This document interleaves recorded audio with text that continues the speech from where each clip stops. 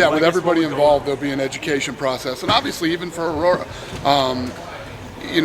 but to have a deal like this, where like we were talking about earlier, we were joking, but seriously, the money to be spent on the research for this, it's groundbreaking. And not just for us, not just for our sport, for all sports, and for people who work out every day, and for people who deal with chronic pain and things like this, it's groundbreaking. Was it the 50% number that half the athletes are already using something like this that swayed you guys to do something like this, or would you? Would you have done it anyway? I mean, it's a huge factor, but there's no doubt. So I just had shoulder surgery, right? Rotator cuff surgery, and I was going through physical therapy. The physical therapists are using CBD oil on you when they do it. Yeah, I'd never done it before. The physical therapist was using it on me. It's the future. It's happening. This is the future. So, what was your experience with it? Did you find it was good, and when you think about it, I'd rather, when I did it, I didn't take any pain pills. So I'd rather do that than pain pills and things like this. If this is a viable option and the research is out there that this can help athletes or anybody, any human being that's in pain, I believe this is the future. And us, we're always the first to dive in and figure it out. Did you have any hesitation though, Dana? Because I think you brought it up earlier. There's still like a stigma around CBD that people are worried about. Not when I got guys like this. You know what I mean? This is my guy. He knows everything about all these drugs, whether they're performance enhancing or pain or any of this stuff. He does all the research. He knows everything, and he lets us know what he thinks is good and bad. I mean, that's why he's here. That's what he does. So our athletes are using it in lieu of, as Dana just talked about, opioids, in lieu of things like Xanax, in lieu of things like Ambien or sleeping aids, and certainly not even from a scientific point of view, of the common sense, a synthetic drug versus a chemical coming from a plant makes a lot of sense. It's probably going to be a lot healthier and safer for you. And that, again, anecdotally, and again, that's why we're doing the science and research, but anecdotally at least, the feedback's been really positive. Is there any concern at all? I mean, as we said, I know that CBD and THC, two different products, but in my head, I'm thinking like tainted supplements. Like it's made in the same plant as somewhere else. You know what I mean? Like, is there any concern at all that somebody could have a false positive? Yeah, on the CBD side, no, because as you heard today, this is hemp-derived CBD, and the definition of hemp is a cannabis plant with less than 0.03%. So most of it has zero. They allow for just a little bit. And at 0.30%, A, it's not going to cause a positive drug test at our threshold of 150 nanograms per milliliter. B, it's not going to have any impairment value. THC in the cannabis plant is the thing that actually impairs you. It's what gets an individual high that consumed it. It literally has no THC in it, only CBD. What's the involvement moving forward for the UFC? I mean, obviously, you've entered this partnership. It's going to be partially done research at the PI, but as far as involvement on a daily basis moving forward, whether it be financially, operationally, I mean, what is the UFC's involvement from this point forward? Yeah, I mean, that's kind of outside of my scope. We're in with these guys for 8 years. I believe that this is the future. I believe that this is it's what we're doing first, but I believe all sports are going to be involved in this too, and it's massive. So listen, we're starting out. We're going to start doing the research with the athletes, and I'm assuming that the research is going to come out very well, and this is going to be a big deal. Danny, we're in. You called this the biggest deal in the UFC's history. What's the pride that you take away in an agreement like this that is forward-thinking and one that you call the first of many dominoes?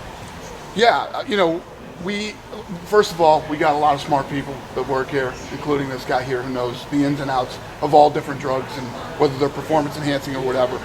And when you really look at this thing, it's common sense.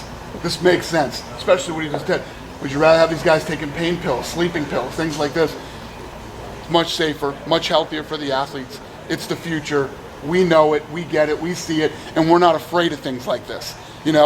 What happens is the big ones, the NFL, the NBL, all these guys are afraid. They're afraid to be the first ones to step in. We're never afraid. When it's right and we believe in it and we think it's the future, we're in. With that being said, even though THC is completely different, THC is legal here in Nevada, Washington, Denver, whatever, or Colorado. How close is the commission here into allowing that into? So as I was asked earlier, I've had discussions with Bob Bennett about it. Here's the problem with it, though. So for any substance to be prohibited in sport, at least under the WADA world, it has to meet 2 or 3 criteria. It has to be the ability to enhance performance. it would have to be a health and safety aspect to be under the influence of that, or it must violate the spirit of sport. I think as it comes to THC, the big concern is number two. Someone who's impaired having used THC, what would a UFC fighter look like in an octagon being under the influence of THC? You know, potentially not good. But the real problem with THC is not necessarily those under the influence when they're competing. THC tends to hibernate in the body and in the fat cells.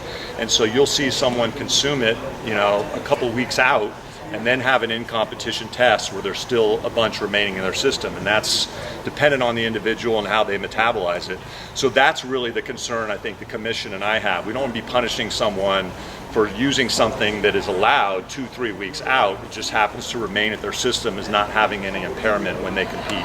That's the big challenge, I think, as it comes to THC. And follow up with that, Dana, I would assume that you would be in favor of guys being able to use THC just because of the pain. A lot of guys use it to self-medicate. Yeah, listen, that's not for me to say or not to say. It's you know, first of all, it's an individual thing. If you're into THC, you want to take THC, but that's up to the athletic commissions and the powers that be. I want to stay so far away from that shit. It's not even funny. That's why many reasons I love him. Let him deal with that.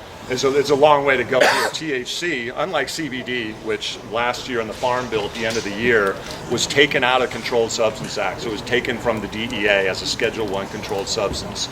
THC, and there's a lot of debate amongst this, still remains as a Schedule I controlled substance. So we have a long way to go in this country before we start talking about, you know, anybody allowing THC. Notwithstanding it being allowed and legal in a state, at the federal level, they still consider it the most serious drug in Schedule I. If it was taken off the Schedule I list, how are those states able to still enforce, you know, to prohibit it? Yeah, I just think it's the federal government's policy is that they're not enforcing those laws very strictly. And I don't know, that's something you'd have to ask. States can if they want to, I guess. Yeah, I think technically, you know, the federal government could probably step in, but I think they've chosen not to. That's a question for the administration and lawmakers, I think. Maybe a weird question, but in a study like this, scientific, would you have to have like placebo? Would people be using something that's... I believe so. I mean, Really? I think the Aurora scientists are best talked to, but they have preliminary. I think that's the idea, is that, you know, in order to, you know, ensure an athlete's just not making things up, you give a certain percentage of them something that has no active ingredient in it. Jeff, you had talked earlier in this about the lack of oversight just generally in the CBD community and how dangerous some of these can be just in terms of contaminated supplements, etc. Without naming names, have you had a UFC athlete have a contaminated supplement from using CBD? Haven't, but I'm telling you, it's only a matter of time. And we've got several outstanding right now that we're investigating and looking into, hey, what was added new into the program since the last negative tests? And a lot of those cases, it was, well, I changed to a CBD product. I believe it's only a matter of time until that happens. Hopefully, this partnership will, at least in the UFC, preclude that from happening because they now have a resource when they ask me, where is a safe CBD product, I can give them one.